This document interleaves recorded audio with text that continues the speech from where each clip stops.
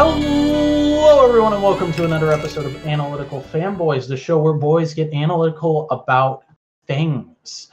I am that Simeon Scott, and here is this Chris Gaston. I'm ready for some football. Oh, Jesus.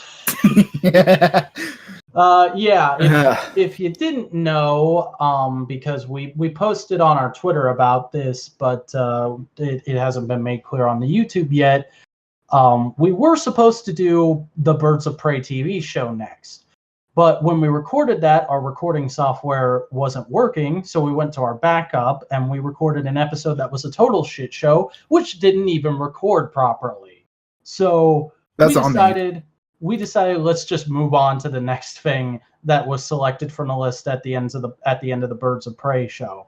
If you want to know what we think of the Birds of Prey show really bad, it's okay, but fanficky as hell. Yeah, it's pretty okay. Watch it if you're curious. Yeah. But today we are instead talking about something that Chris put on the list, which is, I guess you would classify it as a web story?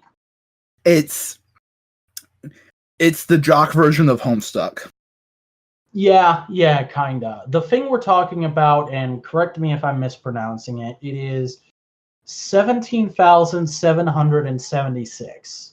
Yes, or another commonly used name for it is the future of football. Now this was my first time reading this, so Chris, why don't you go ahead and explain it for people who don't know? 17,776 is a speculative science fantasy story. Centered around the idea of football. It is written by John Bois of SB Nation. He is a great video essayist. He just does a lot of good content. And this is one of the things he made. In this story, humanity becomes immortal. And because they're immortal, they get bored. And because they get bored, they play football. And this is an exploration of that boredom and of that football. All through the lens of 3 sentient AI satellites. Yeah, and it's very important, at least to me, that it's not just because they're immortal. This is also like a post every problem the human race has ever had society. Yeah, it's a post scarcity society, and this is mainly and it's partially because they're immortal. They had all the time to basically invent all the things that make their life better. And they also figured out that it's highly likely, at least in this timeline, that there's no other sentient races out there in the galaxy looking for contact with other planets. Or in the universe, I should say, because the galaxy is like 8 planets that we've already scoped out. That's the solar system. Galaxy is the Milky Way. It's a little bit bigger. I am not an astronomer. That's fine. But yeah, so it starts off talking about football, and then it gets weird. Yeah, and I'm gonna go ahead and just state my opinion on it after I only read it once for the show about a week ago. So my opinion on this, after having only read it once, is this is a really cool story about the worst timeline. You know what? I can see that. Because I get. The story perfectly justifies why all we're doing is playing games. It's not the thing is, it's not football in the way we're thinking of it. It's just like a bunch of different kind of games that all involve tenets of football. I can get why human society would become obsessed with football, especially under these circumstances. And it's not just football. Later on in the story, it is explained that the story itself is focusing on football, but the other sports are still played. Yeah. But the thing is, like, so correct me if I'm wrong. The nanos stop any harm from coming to a human, correct? Yeah. Oh, by the way, there's nanobots that are inhabiting the atmosphere that basically stop any human from being inflicted with a major injury. Yeah. So, in your opinion, if you tried to shoot yourself, would the nanos stop the bullet? that's a big thing. That's a philosophical thing that they never touch. Yeah, because, like, here's the thing. This timeline is either acceptable or completely horrifying to me, and it entirely hinges on that question. Because I don't want to live in a society where there's no big goals for us to build towards. If it's just humans playing games, I'm sorry, I know some people aren't cool with suicide, but I'm checking the fuck out. And if I can't check the fuck out, then it's torture. Yeah. But I think there's also like a level of like, that's what a lot of people are doing, but other people are doing other things. Yeah. It's like the best way to put it is it's like, this is a world and you are watching it through a pinhole. Mm-hmm. A football-shaped pinhole, but a pinhole nonetheless. But there's also the thing of, because you have that one story where it starts with just two people talking at a drive-through, and there's that moment where the person running the drive-through is like, "Hey, do you want any money?" And she's like, "Yeah, give me 20." Or I don't know if it was a he or she, but the person is like, "Yeah, give me 20," and she just gives him the food with the $20, and I'm like, so capitalism is dead. There's no real business anymore. Anybody who's running a business is probably doing it purely for fun, which means there's no real point in it other than it amuses you. And to me, that says anybody who has a job probably isn't doing it to work towards any goal. They're probably just doing it as a way of playing pretend, which I'm not really into unless it's something that is genuinely fun to me, like being an entertainer in the way that you and I currently are being. Yep. But that's kind of what the whole point of the story is about. It's asking this question of humanity of like, is this our future? It's games are preeminent end because it might be. It might be, and I think it presents a very valid case for that happening. It's just like, if that's the point of humanity, I don't think I'm really interested in being around to see it happen. And unless the thing that happens in this story, which is people literally just stop dying. We don't. There's no explanation for how it happens. Nobody knows. Nobody has any idea. People just stop dying during our actual generation. And I wouldn't be too into having to live in that society. Like I said, I'd probably check out. Yeah.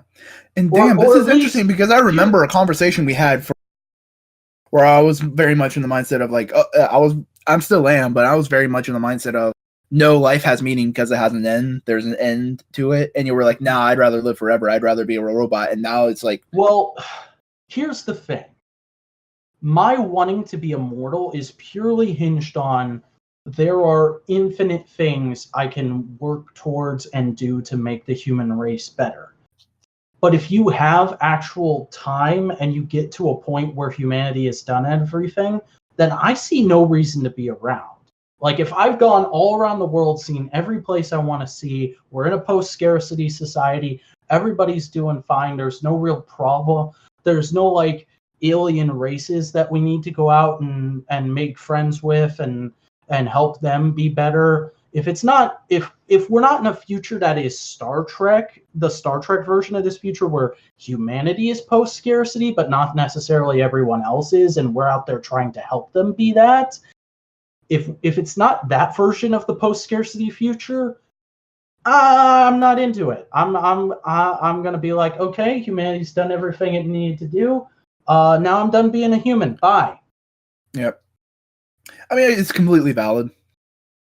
And I don't think this story was saying that was an invalid way of thinking. It was just more, this is what a lot of people are doing. I'm just telling this story. Yeah. I definitely see it that way too. But that's a good point that you brought up, the philosophical. There's a video that I watched recently, a Philosophy Tube. He's a great YouTuber who did a whole video on suicide, and it was heart-wrenching and good. I'll send you a link to it later. Yeah, I definitely want to watch that because I'm very interested in the psychology of suicide because I am somebody who was suicidal a couple different times in my life. And oh shit! Then there's going to be a part in that video that's going to. Okay, well, if it happens, it happens. Oh yeah, but like I haven't been suicidal for a couple years, and I'm not suicidal now, but I've always had a morbid fascination with it. But now that we've gotten a lot of the philosophy and those ideas out of the way, what do you think of the way he told the story? It was really interesting. You know, I don't read a lot of text-based stories anymore just because I've never been tested, but I'm like 50% sure I'm slightly dyslexic because I've never been able to read a whole novel. I always get, if there's no pictures, I get lost in text way too easily.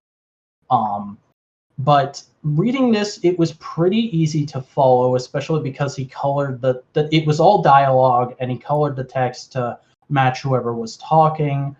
The videos were all pretty neat, and that opening, especially where it's all just like calendars and there's only something on like every 5th page, that was a really good, like, grab you by the seat and go, pay attention, there's something going on here kind of. Other than the other take you by the hand and grab your attention, where I remember I sent you the link and you opened it because basically it opens on what looks to be an average SB Nation page, which is a sports news website. Yeah. And as you scroll a little bit, the text starts getting bigger and bigger and bigger and envelop the screen in black. And it's like, what the fuck is going on? That was just a really cool, like, code trick. Yeah. It's just a really neat way of, like, taking you down the rabbit hole. Especially because it looks like a normal-ass news site, and we're all so used to the standard news site homepage format now. Oh, yeah. But if you get a second to look at it before the text start growing, you notice some funny things. Like the banner on the side isn't an actual ad. It says University of College. And if you read the paragraph that's written there, it starts off like a normal, like, today we know what football looks like, but in the future football may look different. Something is wrong. And then it just keeps going on, and then it just goes, something is wrong. Something is wrong. Something is wrong. Something is wrong. And then nice. And it's just like, oh, it grabs you by the pants. And then you get to the calendar moment, which basically shows that life can be very, very, very lonely. Yeah. Especially because it's literally this thing realizing it's sentient, and it's like, I have no mouth and yet I must scream. But I have no mouth and yet I can only scream every couple of weeks. Yeah, and eventually, because the character that becomes sentient is basically Pioneer 9, a satellite. Yeah, basically, and it's all real satellites, which I thought was cool. Yeah, basically, in the story, satellite computers, given enough time, can become sentient no matter how limited their technology was, simply due to ones and zeros colliding with each other. That's at least what I got as the intent of that. And 9 becomes sentient, and they go like, what the fuck's going on? And another message comes in and goes like, hey, don't worry about it. And like a few months, I'll be back. Just sit still, be chill. Everything's going to be okay. And they start freaking the fuck out. It's like, hello, where are you? Hello? Screaming into nothing. And then we don't, I really like that there's no context given for where either of them are. Because initially, my first thought went to, oh, this is post-apocalypse, and this is two people communicating on ham radios. But then eventually, basically, they through tag, they're able to figure things out. And what the voice that contacts says, all right, in about 20 years, everything will be good. Just sit still and do nothing. And Pioneer 9 goes, okay. and then you just see all like a list of all the months they lived through, and then you just see dialogue, and it's just like, all right, cool, everything's a-okay. Wait, what? What do you mean everything's okay? And it's like, don't worry, we can communicate regularly now. And like they're going like, wait a second, you just immediately responded to me, and it's just like an immediate sense of relief just reading that. And it's like, holy shit. Yeah. But those are two of our main characters, 9 and 10, both Pioneer satellites, and then we have Juice. Yeah, and I really appreciate that, they got David Tennant and Christopher Eccleston back to play the roles. That was so cool.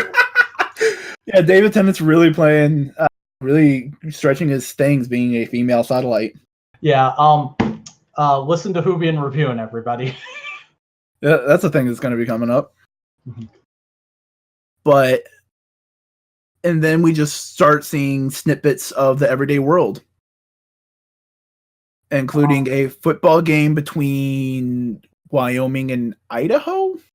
Yeah, and that's where we get our first encounter with Nancy as she runs into a freaking tornado. Yep, to score a touchdown.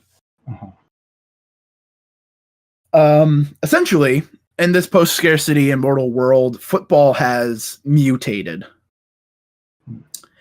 to be to basically where football fields are now the size of states, not 100 yards.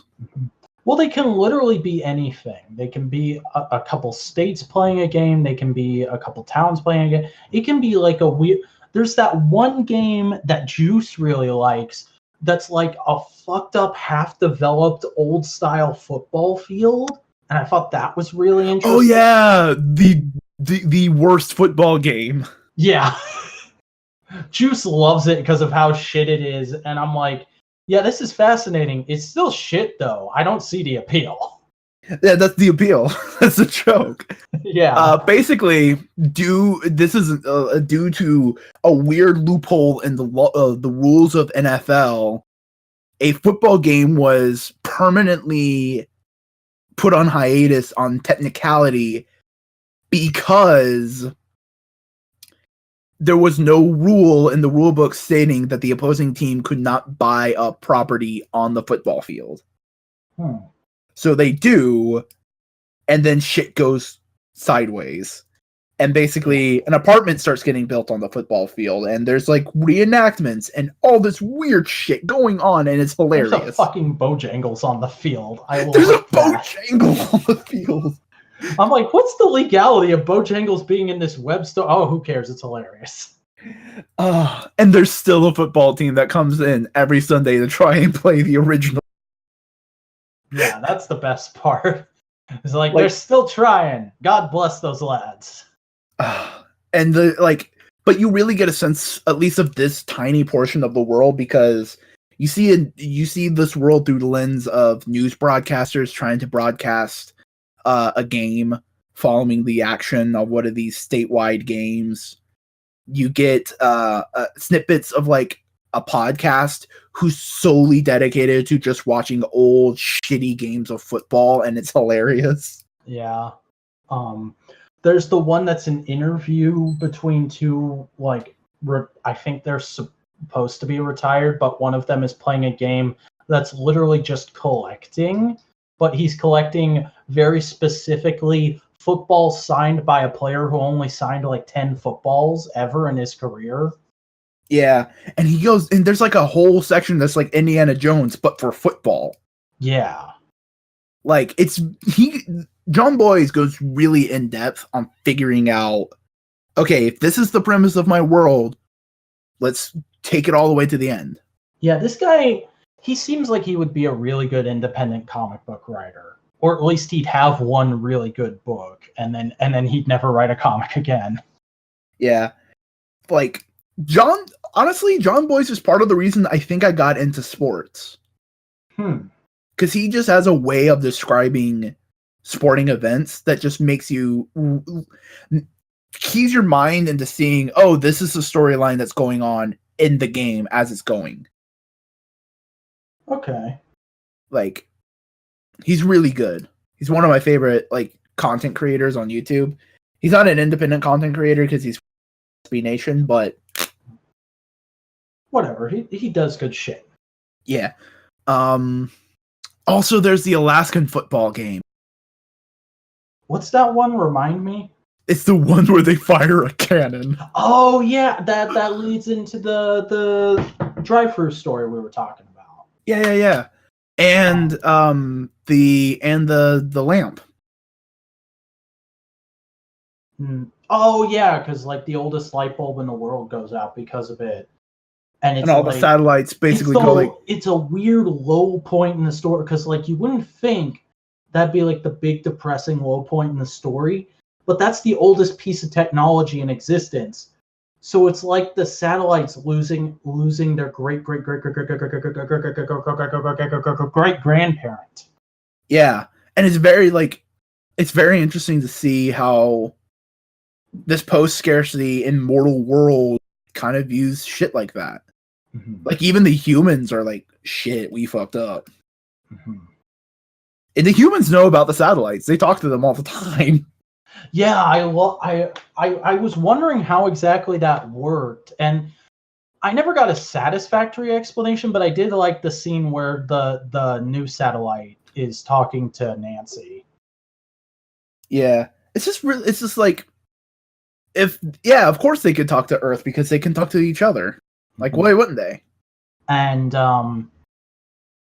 what I mean by we never get a satisfactory answer is like, I really definitively want to know if it's like the satellites using text to voice or if they're texting humans. Like the way the scene with Nancy is written, it kind of seems like a phone call that might be text to voice, but they don't say.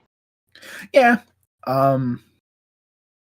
But it's just it's a very anthologetic series.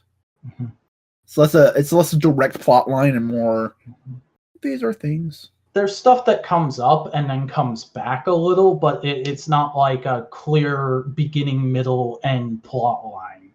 Though there is a story for 9.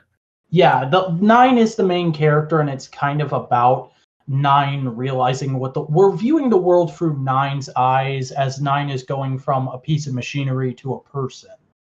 Yeah. And I like that it's never like, let's tackle the big social issues of how is this machine a person? Like they bring up like, do you view yourself as a guy or a girl? And he's like, I don't know. And they're like, okay, no pressure, no big deal. We won't worry about it. Yeah, and it's very but it's also very obvious that 10 identifies as a girl and Juice is a dude. Mm-hmm. It's very much like, hey, we're just minds, so we can just be whatever. And I just like this. Yeah. I think like Hubble's also like a they. I don't think Hubble. It's weird because they mention Hubble, but I don't think he actually showed up. He has like half a scene. Okay. He pops up and goes like, "Hey guys, I'm Hubble," and then he never shows up.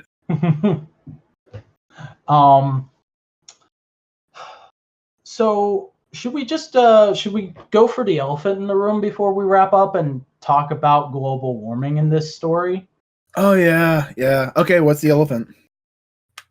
New York is pretty much underwater. There's like a few of the taller buildings. Some of them are still high up enough, and people still live in them, weirdly enough. But yeah, New York's kind of gone. Yeah, I mean, at least rent's finally affordable. That was a thing they said. But yeah, I kind of like how the book brings it up, or the story brings it up and goes, yeah, it's a thing, it happened and it sucks, but everybody's kind of over it. And as shitty and pessimistic as this is, and I think I might get some flack for saying it, I kind of feel like that's what's actually going to happen with global warming. Yeah. Because it's not like we as citizens can do anything about it. I mean, we're trying. We're sure as hell trying, but... Yeah, but like 75% of all the pollution that causes global warming comes from like 10 companies. Yeah. And What was it I saw on social media the other day? Somebody said we have like 2 to 5 years or it's irreversible. And realistically, with the way history moves, I don't see this shit turning around in 2 to 5 years. I'd sure as hell like it to, but I don't think it's going to. I don't think it's going to. I want to be an optimist. I don't think it's going to turn around in 2 to 5 years, but I think it's going to start getting us a little bit more time. So 2 to 5 years is going to turn into 6 years to 7 years to 8. All right, cool. We got a little bit more breathing room. Let's really get on this. That is entirely a possibility as well. But yeah, and we have a whole searching segment in the ruins of New York, which ties back into the key dominator footballs. Yeah, I think so. Which was a cool little thing to see come back for our penultimate scene, and then I really liked that Juice was the one that gave the ending speech. Like, that felt both completely natural and really out of left field. Because I think, in part, Juice is kind of an analog for John Bois himself. Because if you watch his videos and the way he talks about sports and things, Juice is a little hyperactive version of him. I see. He gets excited about goofy shit in sports. Like, one of my favorite videos of John Bois is describing a basketball game, which is the highest scoring NCAA basketball game, which was Troy University against DeVry. And it was 258 points to 187. Wow. And it's insane because you watch like a 10-second clip and there's like three people score and it's like, what the fuck? It's insanity. That's interesting. Yeah, John Bois is great. John Bois made more of his stuff at some point. I'll send you a link to a couple of it. Okay. But yeah, is there anything else you want to bring up? I kind of like how the last segment was basically like, hey, don't ask me questions on how any of this shit works. I don't care. I just wanted to write a story. Yeah, that's nice. I think the whole best joke in the story is when I forgot his name, Juice, is making fun of 10 for having a dick on her. You could be floating through space and going past an alien civilization is just like, hey, a dick. Yeah. Like, the first time we see Juice... And I'm like, how old is Juice? Simultaneously too old and not old enough. Yes. But, like, the first time we are introduced to Juice, it's when Nine is taking a picture of themselves. So this is basically like, hey, just take a picture, just get a feel of your surroundings, kind of saying. And then the picture is sent into, like, their little cloud think thing. And Juice goes, your camera's shit. Yeah. Like, that immediately goes like, yep, this is my kind of asshole. Yeah. I was initially kind of perturbed by Juice, but he's the kind of asshole who grows on you. Yeah, but like, this is a very weird story, and there's videos sprinkled throughout it. How do you feel about the music in the videos? It's perfectly serviceable, atmospheric type stuff. The intro was really cool. Yeah. That's one thing I want to figure out how he does is get those Google Map things to CGI landscape stuff that he does for his videos. I want to figure that out. I think he must have some kind of program that's like part Google Maps, part topographical views, and he's just screen capping recordings of it. Yeah, it's very possible. But yeah, it was pretty good. I liked it. It is. I still need to read the other bit of speculative fiction he did, because he has another short story called Tim Tebow Goes to the CFL. Oh yeah, you've told me about that. It's Tim Tebow in the future, right? No, it's Tim Tebow Goes to Canada. And essentially he plays Canadian football, but the rules are fucking weird, and the joke is, they're weird because it's Canada. Like he has to. It's South Park. Yeah, but also like it's like a meditation on sports and sportsmanship and all that kind of weird bullshit. I need to read it. Interesting. And read 17,776. And if you like it, time. I don't think it's something I'm going to come back to a whole lot, but I'm glad I read it. And I'm definitely going to recommend it to other people who are like big sci-fi fans.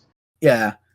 It's definitely one of those stories that you never forget, so you don't really need to read it more than once. I actually have already recommended this to somebody right after I finished it. I put it in because I'm a patron of Best Guy Ever, and he's a huge Star Trek fan. So I went into his Discord server and I pasted it in his media sharing chat, and I just said, I feel like this is going to make Nate scream and smile a whole lot simultaneously.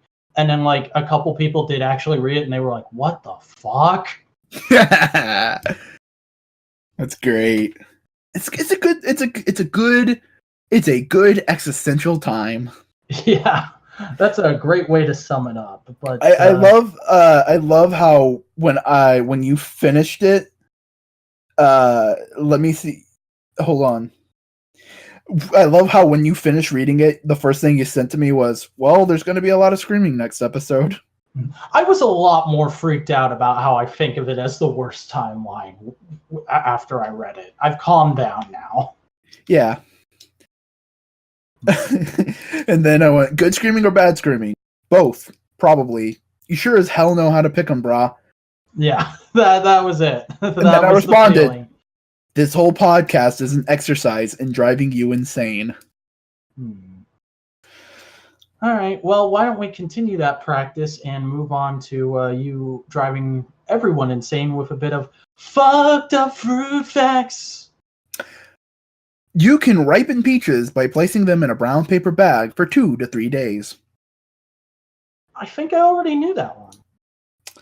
Then, let's see, I've used that one. 99% of the commercially grown table grapes in the United States are grown in California. Makes sense. I hear, like, aside from LA, California is a big farming state. Well, I mean, how much land is in California? It's either a little less or a little more than Florida. More. I think Florida's like 4th or 5th in terms of land mass. Dope. But Florida is the second most, the state that creates the second most potatoes in the country. Interest. I wouldn't have guessed that. I would have guessed, because, like, you know, they're known for oranges, so I would have guessed they made most of the oranges in the country. I'm pretty sure they do that too, but like after Idaho, Florida makes the most potatoes. All right, so you want to find out what we're talking about next time? Hell yeah. Hell yeah. Hell yeah. Give me hell yeah. Hell yeah, it's going to be... Oh, okay. It's my turn again. We're going to be talking about one of my favorite novels, which, fun fact, was actually ripped off by Stephen Moffat. It inspired most of his run on Doctor Who, up until... It inspired almost all the 11th Doctor stuff, I'll say that. And he admits that. He has said that in interviews. And this book is The Time Traveler's Wife by Audrey Neffrenegger. All right, time to figure out how I'm going to read that. Do you have an Audible account? No. Well, I mean, like, there's tons of YouTubers you can get a free trial from. Yeah. So I guess, hey, it's time to get Audible, bro. We are not sponsored by them. Stop talking. but I like them. I use them all the time. They can. Hey, Audible, sponsor us, please. I like you. I do actually like you. I'm not just whoring for you because I want money. I do like your company. All right. Well, that's going to do it for this episode of Analytical Fanboys. So, this is a Modular Media production. You can find us on the Twitters at the Modular Media. You can follow our subreddit where we post all kinds of goofs and gaffs. And you can subscribe to us here on YouTube if you want to get every episode of this podcast as it comes out. You can download MP3s via a Google Drive link in the video description. And you know what else you can do? You can go and check out Chris's stuff. So, Chris, why don't you tell them where they can check your stuff out? I am Boingo Writer on YouTube. Search that shit up or look in the description. There's that option as well. I do video essay editorial things. Oh, good Lord. I am gassy right this second. I have a Twitter. It's at Boingo_writer. I tweet shit, and I have a Discord server that you can come hang out in. Come. It's in the description. Click the link. You can do it. I believe in you. Yeah. And I am Simeon Scott. I make various things and stuff on the internet. You can keep up with all my things and stuff by following me on Twitter. That is at that Simeon Scott. I also have an Instagram at the same username. And I primarily work on a little thing called the Vacuuminator Saga. It's sort of a slightly fictional YouTube show about a guy talking about genre fiction he likes, but there's also a bunch of other fucky shit going on in his life, and it's largely just an embellished version of me dealing with a bunch of other embellished versions of me, but I'm trying to do a thing, trust me. And also I have a channel that's just called Simeon Scott, where I do what I guess I'll refer to as shoot videos, where it's just me talking about stuff I want to talk about without the Vacuuminator character clouding shit. And I've also got some other stuff going on, but there's no need to plug that right now. So you know what? Just go and look at those things I already talked about. That'll be nice enough. Please and thank you. And I think that's going to do it for this episode of Analytical Fanboys. So we will see you next time when we will be talking about the time traveler's wife. And until then, I've been Simeon Scott. I've been me. And who wants to play some football?